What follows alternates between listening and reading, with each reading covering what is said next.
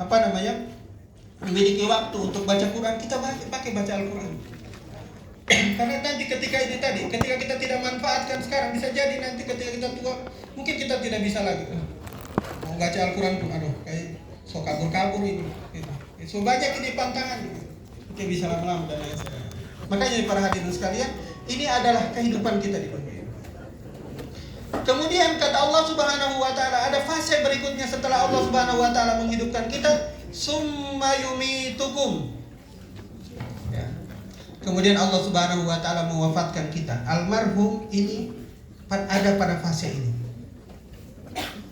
Dan kita juga menunggu nanti akan ada pada fase ini, yaitu sering dikenal dengan alam kubur. Almarhum ini berada di alam kubur dan didatangi oleh para malaikat. Ditanyakan tadi. Kalau kita baca di pada doa talqin itu kan, idza ja'akal muwakkalani, malakani muwakkalani, gitu ditanya itu tadi. Man rabbuka man nabiyuka. Ini pada prosesnya ini almarhum di sini. Maka para hadirin sekalian yang dirahmati oleh Allah, alam kubur ini sering dikatakan menjadi alam barzakh. Ya. Istilah alam barzakh. Kalau dalam istilahnya alam barzakh ini, kalau kita buka dalam Al-Quran, kata barzakh itu, Assalamualaikum warahmatullahi wabarakatuh.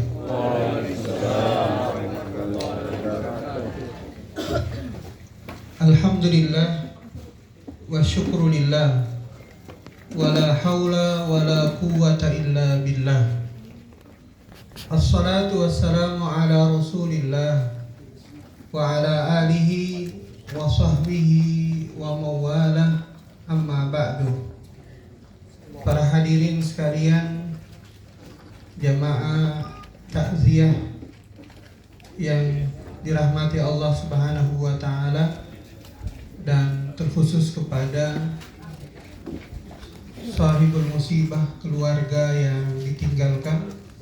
Kita hadir di sini dan kita doakan bersama semoga keluarga daripada almarhum diberikan keikhlasan dan diberikan ketabahan untuk mengikhlaskan kepergian almarhum, dan semoga kehadiran kita dan tentunya dari keluarga dapat meringankan daripada perjalanan almarhum menghadap Allah Subhanahu wa taala. Tentunya kita berharap kita dan almarhum semuanya dikumpulkan dalam surga Allah Subhanahu wa taala. Amin. Para hadirin jamaah sekalian yang dirahmati oleh Allah, mengawalinya kita tak hentinya mengucap syukur kepada Allah Subhanahu wa taala. Walaupun ini di momen duka, tetapi kita patut bersyukur kepada Allah Subhanahu wa taala. Kesyukuran kita yang pertama adalah kita diberikan nikmatul iman wal Islam. Ini yang pertama. Kita diberikan nikmat iman wal Islam. Kenapa para hadirin sekalian kita bersyukur akan nikmat ini? Allah Subhanahu wa taala dalam surat Ibrahim juz ke-13 memberikan perumpamaan kepada kita, mendekatkan kita agar kita bisa lebih memahami atau kita bisa lebih menghargai nikmat ini. Allah Subhanahu wa taala berfirman, masalul ladzina kafaru bi rabbihim a'maluhum karamadin ishtaddat bihi ar-rihu fi yawmin 'asif la yaqdiruna 'ala syai'in mimma kasabu. Allah Subhanahu wa taala berfirman, perumpamaan orang-orang yang tidak beriman. Kafaru bi rabbihim.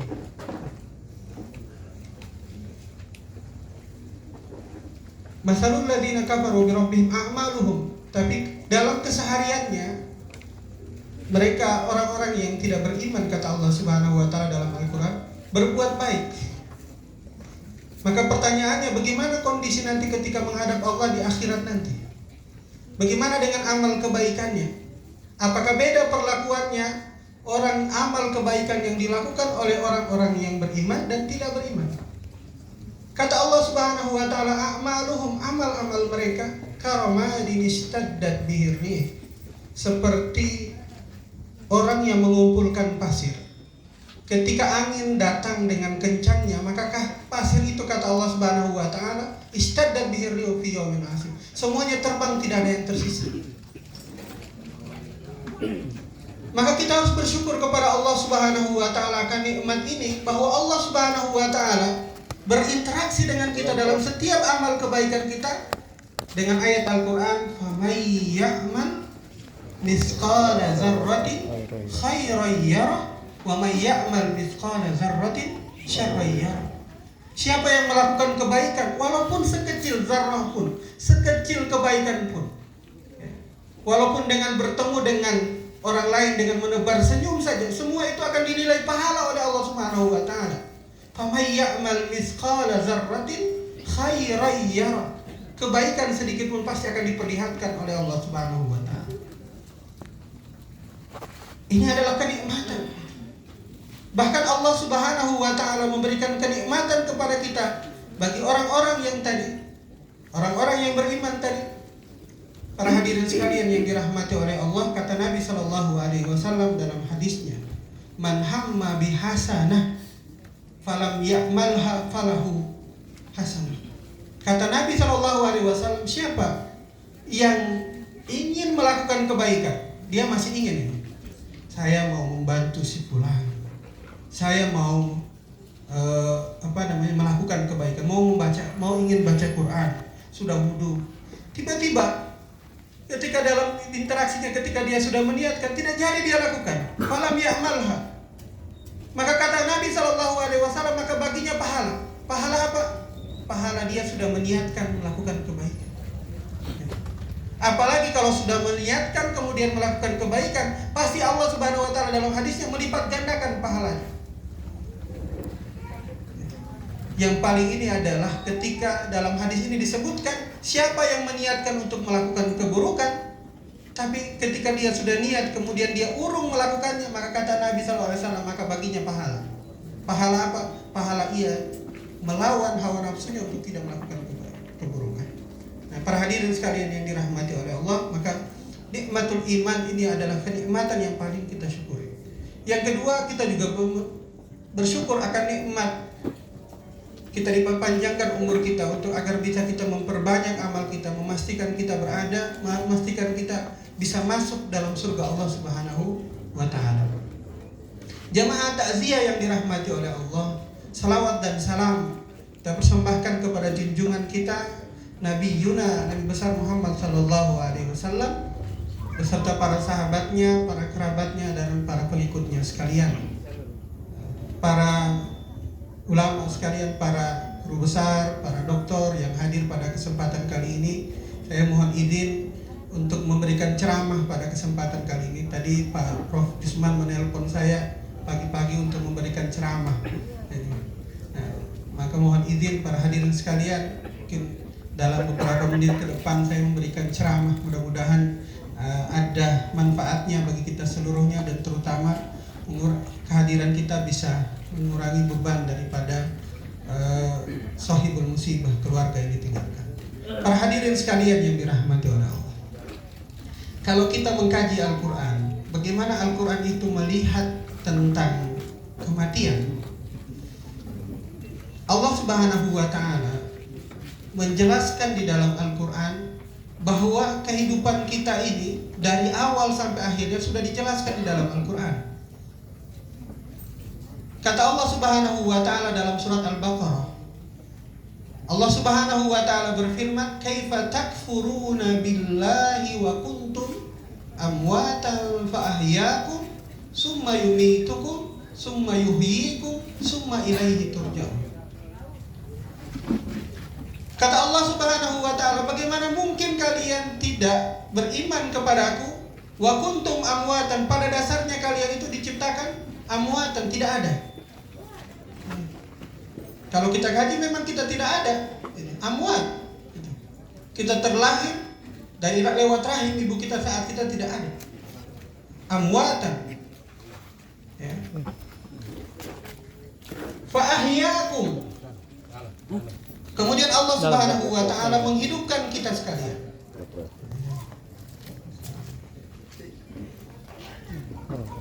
Kemudian Allah Subhanahu wa taala menghidupkan kita. Kehidupan apa yang dimaksud di sini Allah menghidupkan kita? Yaitu kehidupan kita sekarang ini. Kehidupan kita sekarang ini, fa ahyakum, dalam kehidupan ini. Dan kehidupan ini para hadirin sekalian yang dirahmati oleh Allah, para jamaah sekalian, bahwa kehidupan ini paling menentukan dari perjalanan kita setelahnya. 82 tahun depan. Jika kehidupan ini kita isi dengan kebaikan, maka perjalanan kehidupan berikutnya pasti lebih kita mendapatkan kenikmatan oleh Allah Subhanahu wa taala. Dan Allah Subhanahu wa taala juga mengingatkan kita tentang kehidupan dunia ini. Dalam surat Ar-Rum Allah Subhanahu wa taala berfirman, Allahul ladzi khalaqakum min dha'fin summa ja'ala min ba'di dha'fin quwwah summa ja'ala min ba'di quwwatin dha'fan wa syaiba. Allah menjelaskan di dalam surat Ar-Rum siklus kehidupan kita di dunia ini.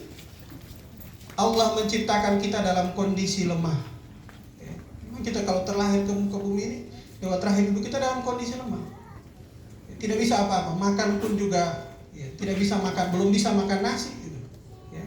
Itu pun dengan mengkonsumsi ASI dan lain sebagainya. Ya.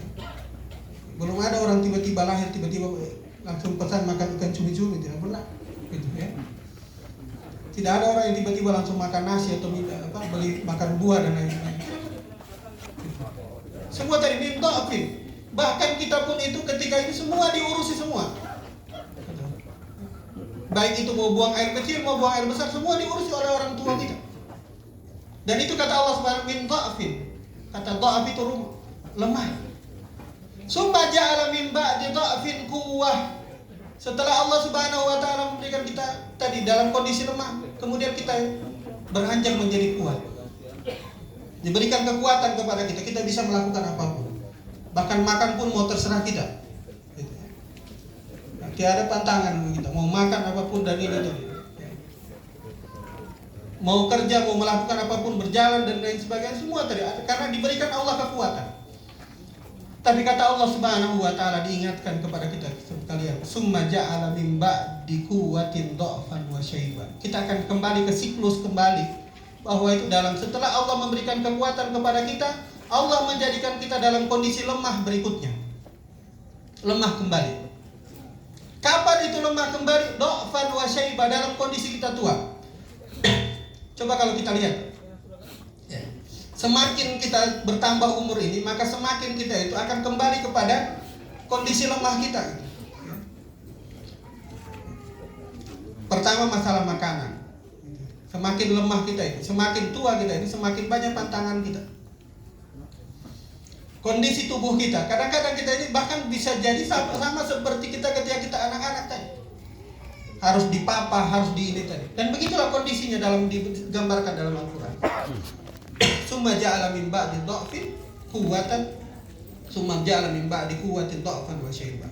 Inilah siklus kehidupan kita para hadirin sekalian yang dirahmati oleh Allah, yang dimana fase tadi fa ahyakum, Allah hidupkan kita. Allah hidupkan kita itu, inilah perputaran dalam kehidupan kita. Tidak ada yang kita bisa gagah terus. Makanya kalau kita ini para hadirin sekalian, ketika kita diberikan kesempatan untuk memiliki harta, maka kita bahraini yaltaqiyani bainahuma barzakhun la yabghiyan. Kata barzakh itu ketika bertemunya air sungai dengan air laut, maka kita dapatkan itu ada pemisah, yang dimana air sungai itu tetap tawar dan air laut itu tetap asin, tidak tercampur, dia ada namanya barzakh. Maksudnya alam barzakh ini adalah alam pemisah antara kehidupan dunia dan kehidupan akhirat. Alam pemisah antara kehidupan dunia dan kehidupan akhirat. Nanti kan ketika kita ada yang bertanya para hadirin sekalian, dulu pernah ada peristiwa mungkin 2 tahun sebelumnya, ada kapal selam yang dalam kedalaman dia ini tadi, sehingga tadi tidak dapat lagi diselamatkan karena bisa membahayakan kepada orang tim penyelamat karena begitu dalam. Nah kan kalau bilang di mana kuburnya, memang tidak ada kuburnya di situ secara ini, tapi dia masuk dalam alam barzakh di situ. Nah inilah istilah tadi. Para hadirin sekalian yang dirahmati oleh Allah, pada alam barzakh inilah yang disebutkan tadi, di mana Allah Subhanahu wa taala tadi pada menunggu tadi, masa menunggu. Dan dijelaskan para hadirin sekalian yang dirahmati oleh Allah, ketika amal kebaikan seseorang lebih banyak daripada amal keburukannya, maka apa yang dilakukan oleh para malaikat? Yang pertama, dibukakan pintu neraka, diperlihatkan sekilas. Kata malaikat, wahai si fulan, ini adalah neraka yang engkau selama di dunia engkau lari darinya, engkau tidak mau masuk darinya, engkau lebih mengutamakan untuk bisa masuk surga. Setelah itu dibukakanlah pintu surga, kemudian diperlihatkan begitu indahnya pintu surga itu. Kemudian pada saat itu dilihat, inilah surga yang dijanjikan oleh Allah Subhanahu wa taala, dan engkau masuk di dalamnya. Makanya ketika orang-orang yang soleh itu, orang-orang yang banyak kebaikannya selama di dunia, itu bercita-cita, mata saat kapan sudah ini, kapan sudah hari kiamat ini, karena menunggu mata saat kapan hari kiamat. Kenapa? Karena ia lebih menantikan nanti betapa keindahan di dalam surga Allah Subhanahu wa taala, walaupun diberikan kenikmatan dalam alam kubur. Tetapi ketika orang yang ketika melakukan banyak keburukannya selama di dunia, maka cara pertama yang dilakukan oleh malaikat, diperlihatkan surga. Inilah surga yang begitu indahnya yang engkau larikan selama di dunia. Engkau di dunia lebih peduli terhadap kenikmatan sehingga engkau lari daripada janji-janji Allah tentang surga. Dibukakanlah pintu neraka, betapa sadisnya, betapa ngerinya, kemudian dibuka, inilah neraka tempatmu.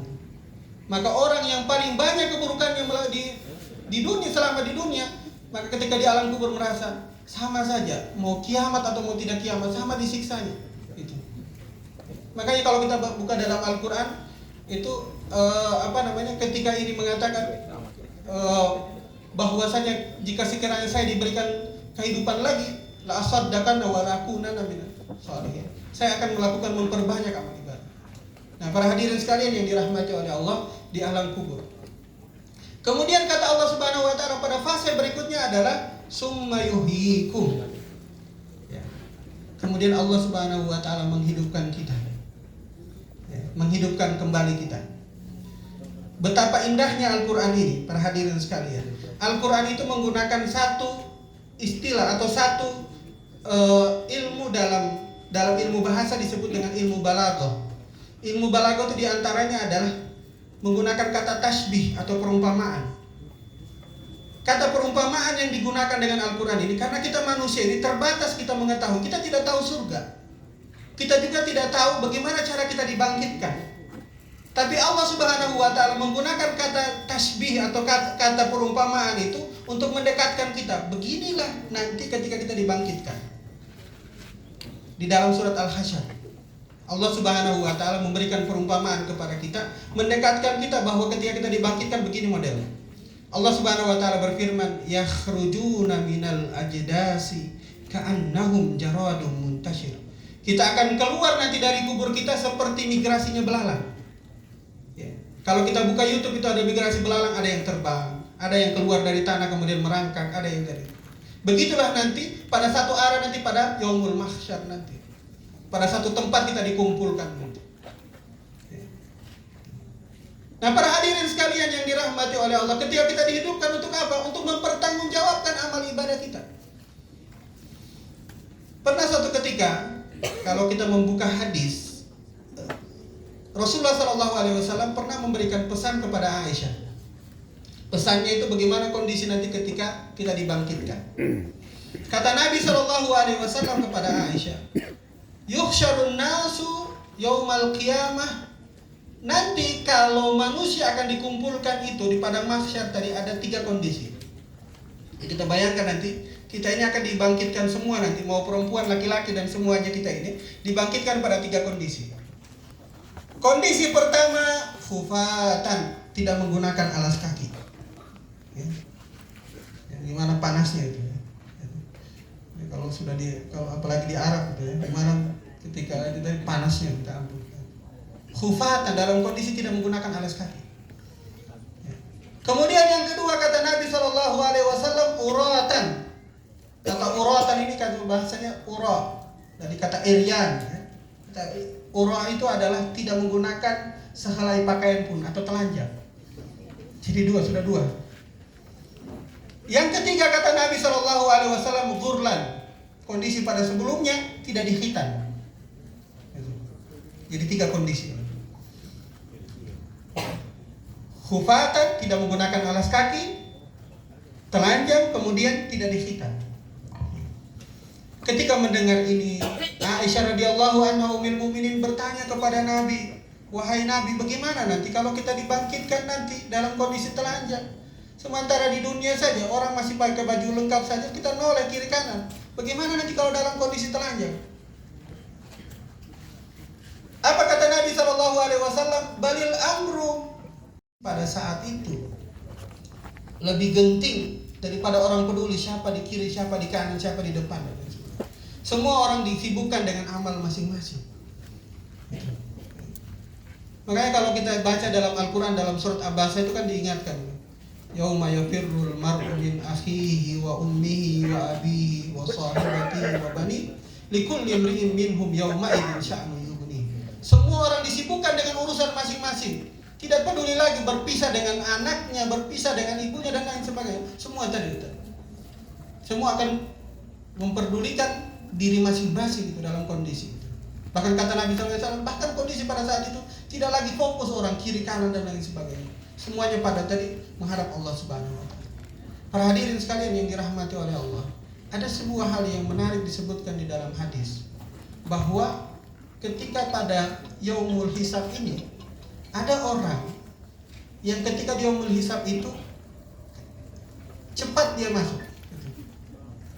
Tidak banyak, cepat dia, tidak membutuhkan waktu lama.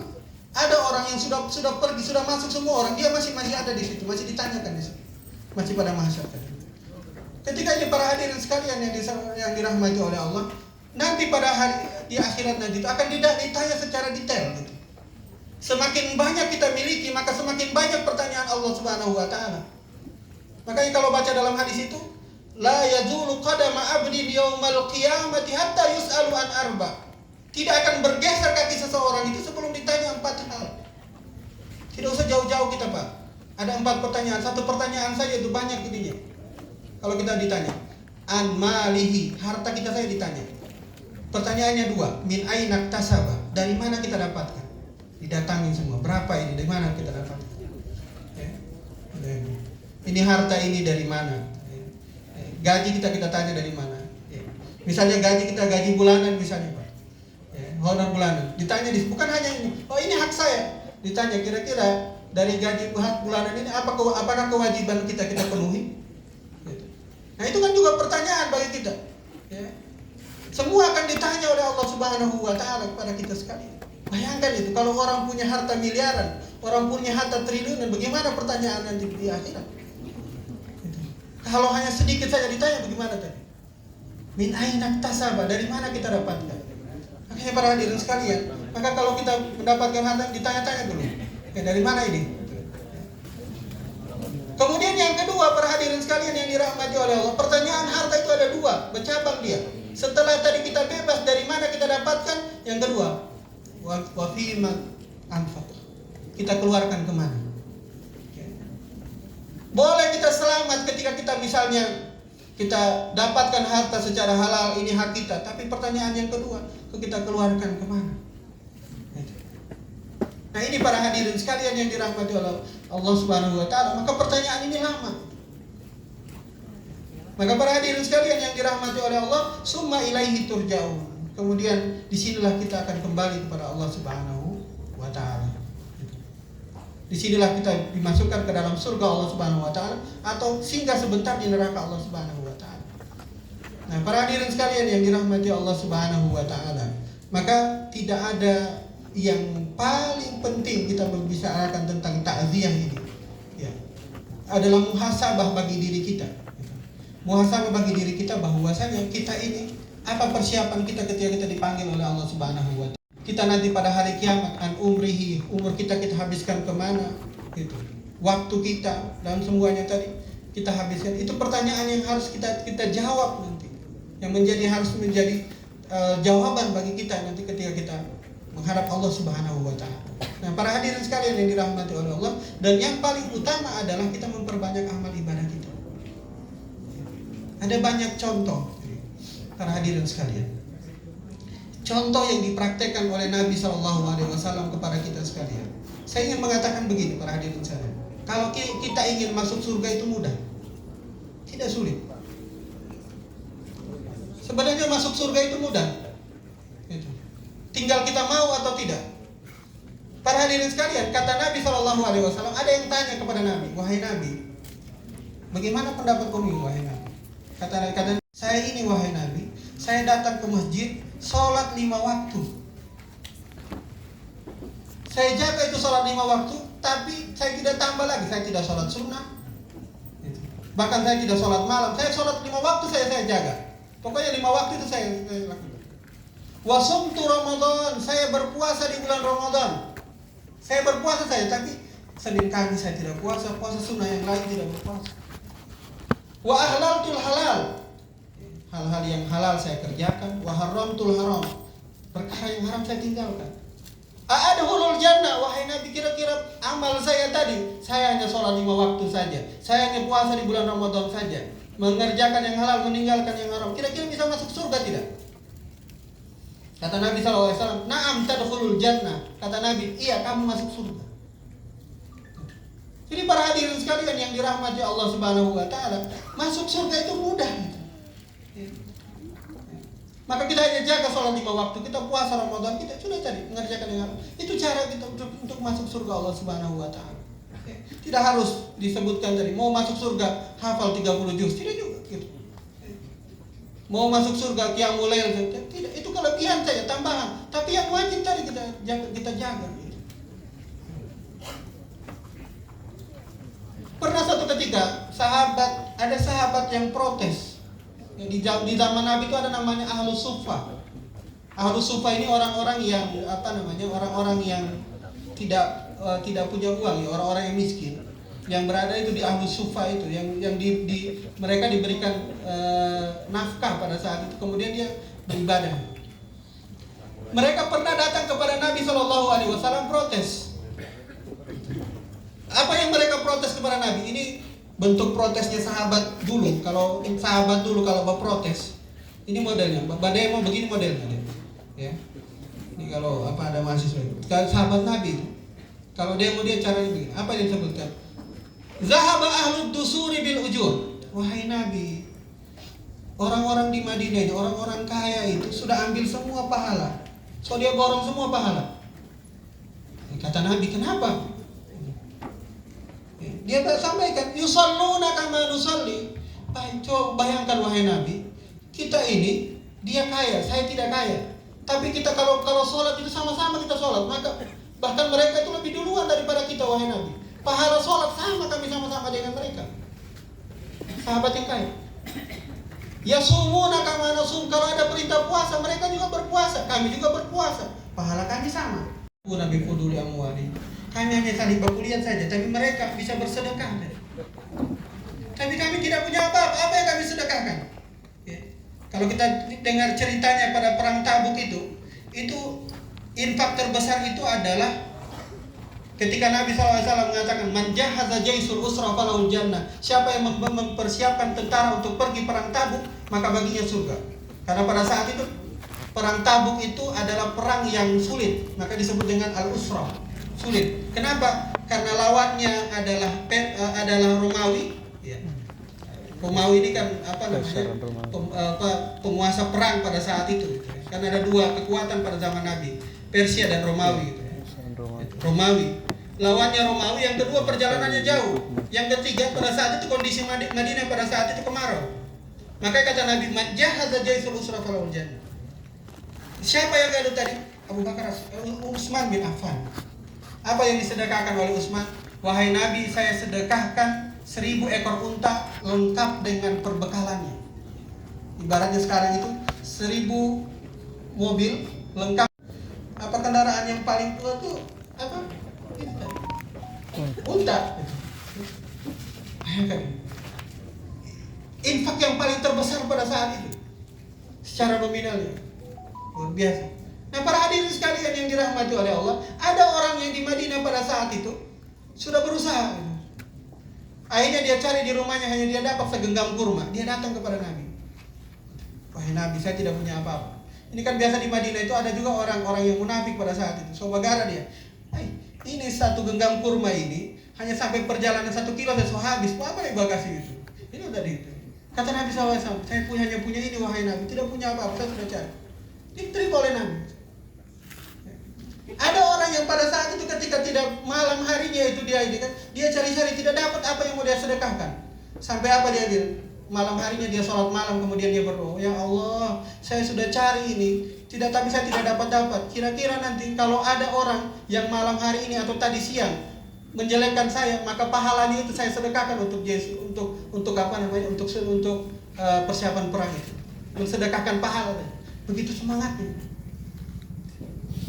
Ini kondisi para sahabat ketika waktu itu, ketika bersama Nabi gitu. Bagaimana mereka itu selalu mengirikan sesuatu yang kebaikan itu. Mereka berkata, semua orang kaya sudah ambil pahala. Jadi jawab Nabi, wah, jadi bagaimana? Kata Nabi, tenang, jangan dulu marah-marah gitu. Ada solusinya. Apa kata Nabi SAW? Bukankah Allah menjadikan kalian pahala? Apa katanya? Wa bikulli tahmidatin shadaqah. Kata alhamdulillah adalah sedekah. Satu kata alhamdulillah adalah sedekah. Wa bikulli takbiratin shadaqah. Kata Allahu Akbar adalah sedekah. Wa bikulli tahlilatin shadaqah. Kata la ilaha illallah adalah sedekah. Ini kalau kita lihat, kalau kita mau alhamdulillah saja itu tidak perlu banyak berkeluarkan uang, cari waktu saja kita alhamdulillah. Bahkan di jalan kita alhamdulillah, sedekah semua. Bahkan kata Nabi SAW, wa amrin bima'rufin sedekah. Mengerjakan yang mengajak kepada orang kepada kebaikan adalah sedekah. Apalagi mengajarkan kepada murid-murid kita, itu lebih banyak lagi. Wa nahyin an munkarin sedekah, mencegah kepada kemungkaran adalah sedekah. Sangat mudah ini. Bahkan kata Nabi SAW, ini kata Nabi SAW, wa fi bud'i ahadikum sadaqah. Kata bud'i ini adalah seorang suami yang ketika datang ke rumahnya kemudian menggauli istrinya yang sah, maka itu ada, kata Nabi, adalah sedekah. Kata Nabi, ini ada dalam hadisnya. Ini hadis, ada hadis dalam Arba'in Nawawiyah, 40 hadis yang tadi, ada dalam hadisnya juga. Wa fi bud'i ahadikum sadaqah. Seorang suami yang ketika datang ke rumahnya kemudian menggauli istrinya yang sah adalah sedekah. Kata Nabi, sahabat pun tanya, wahai Nabi, biar itu tidak ditaruh sedekah, kami pasti mengerjakan karena itu kebutuhan. Apa kata Nabi?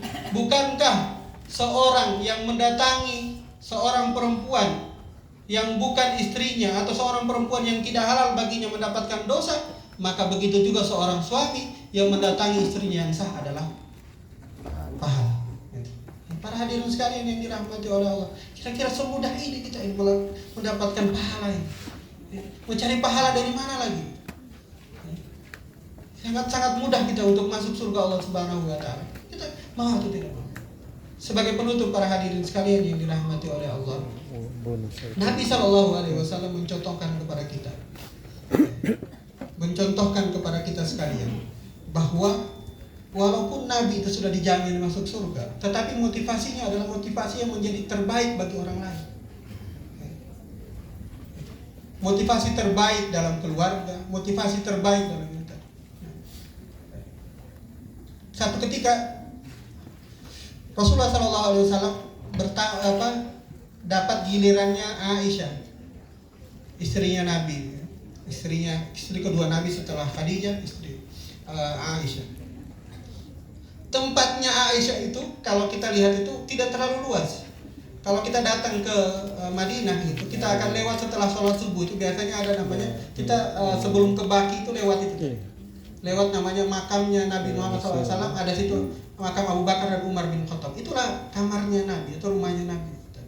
Begitu sempitnya itu, kalau dalam riwayatnya itu ketika Nabi itu mau bergerak itu pasti ketahuan karena dekat itu. Suatu ketika di malam hari, ya namanya dulu kan tidak ada lampu dan lain sebagainya. Rasulullah SAW bermalam di rumah Aisyah itu. Di tengah malamnya dia bangun malam, sholat malam. Dia mengatakan ini bahwa jawaban juga bagi kita bahwa kata Nabi punya istri banyak kemudian lain sebagainya karena tidak. Kalau kita lihat dalam riwayat itu ketika dia bertamu di rumah istrinya tidak pernah luput untuk sholat malam. Kayaknya kalau sholat malam, kebayang kalau kita sholat malam. Kalau kita bawa wajib tadi mandi wajib lagi dan lain cara ini, apalagi di Arab itu musim panas, musim dingin lebih panas dingin. Para hadirin sekalian, ketika sholat malam itu kemudian ditunggu oleh Aisyah. Bangun Aisyah, di mana Nabi ini? Kemudian dipegang, tiba-tiba pegang kakinya Nabi. Oh, berarti Nabi sedang sholat. Nabi sedang sholat. Nabi melanjutkan sholatnya. Jadi ini sebuah riwayat juga yang menjelaskan bahwasanya kalau ada istri yang memegang suami maka tidak batal. Jadi, kalau batal tadi berarti Rasulullah tidak melanjutkan sholatnya karena dipegang oleh Aisyah. Nah, para hadirin sekalian yang dirahmati oleh Allah, ketika sholat malam itu ditunggu oleh Aisyah. Begitu lamanya itu sholat, sampai Aisyah tadi menangis. Ini Rasul, kenapa ini sudah ditunggu-tunggu tidak selesai sholat? Begitu lamanya sholatnya Nabi SAW. Sampai selesai sholatnya, Nabi SAW ditanya oleh Rasul, kenapa wahai istriku? Wahai Nabi, engkau kan Nabi. Engkau kan sudah dijamin masuk surga. Engkau sudah diampuni dosa. Kenapa engkau lakukan ini wahai Nabi? Seolah-olah engkau tidak dijamin masuk surga. Apa kata Nabi SAW? Wahai istriku, bukankah engkau ingin, bukankah engkau bangga memiliki suami yang bersyukur akan itu? Merupakan hamba, afala uhibbu an akuna abdan syakura, hamba yang bersyukur akan. Ini para hadirin sekalian yang dirahmati. Mulai dari situ mendengarkan itu, tenanglah wahai Aisyah radhiyallahu anha. Tenang. Para hadirin sekalian yang dirahmati Allah. Nabi SAW yang sudah dijamin masuk surga, dalam riwayatnya itu, dalam malamnya itu ketika sholat malam maka bengkak kakinya karena lama berdiri. Dalam riwayatnya itu pernah ada sahabat yang coba-coba bersama Nabi. Namanya Hudzaifah bin Al-Yaman. Itu sholatnya bersama Nabi ketika masuk Al-Fatihah. Setelah itu baca surat Al-Baqarah. Setelah di tengah surat Al-Baqarah, apa yang kata sahabat itu? Ini kalau tidak saya tidak pamit sama Nabi tadi sholat di belakang, saya sudah keluar tadi. Karena itu lama. Ternyata berapa surah dibaca oleh Nabi? 3 surah. Al-Baqarah, Ali Imran, An-Nisa. 6 juz Pak, 1 rakaatnya. Jadi kalau hanya baca Al-Hakumut Takasur saja sudah terjadi banyak. Nabi satu. Maka para hadirin sekalian yang dirahmati oleh Allah, maka tentunya kita ingin bahwasanya kesempatan ini menjadi muhasabah bagi diri kita, dan tentunya kita berharap keluarga atau anak-anak yang tinggalkan menjadi anak yang soleh dan soleh yang selalu mendoakan orang tua. Amin. Dan karena yang ditunggu-tunggu oleh almarhum ini adalah doa daripada anak.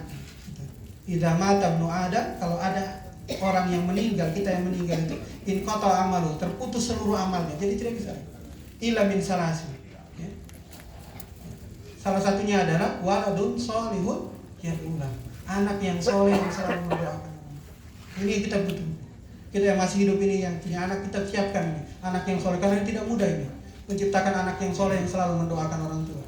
Jangan sampai nanti karena kita abai di sini, jadi melahirkan anak yang setelah kita meninggal ribut dengan harta warisan dan lain sebagainya tanpa mendoakan kita. Nah, ini para hadirin sekalian, Wallahu a'lam bishawab. Astagfirullahaladzim wa atubu ilaik. Mohon maaf apabila ada kata yang kurang. Astagfirullahaladzim. Assalamualaikum warahmatullahi wabarakatuh.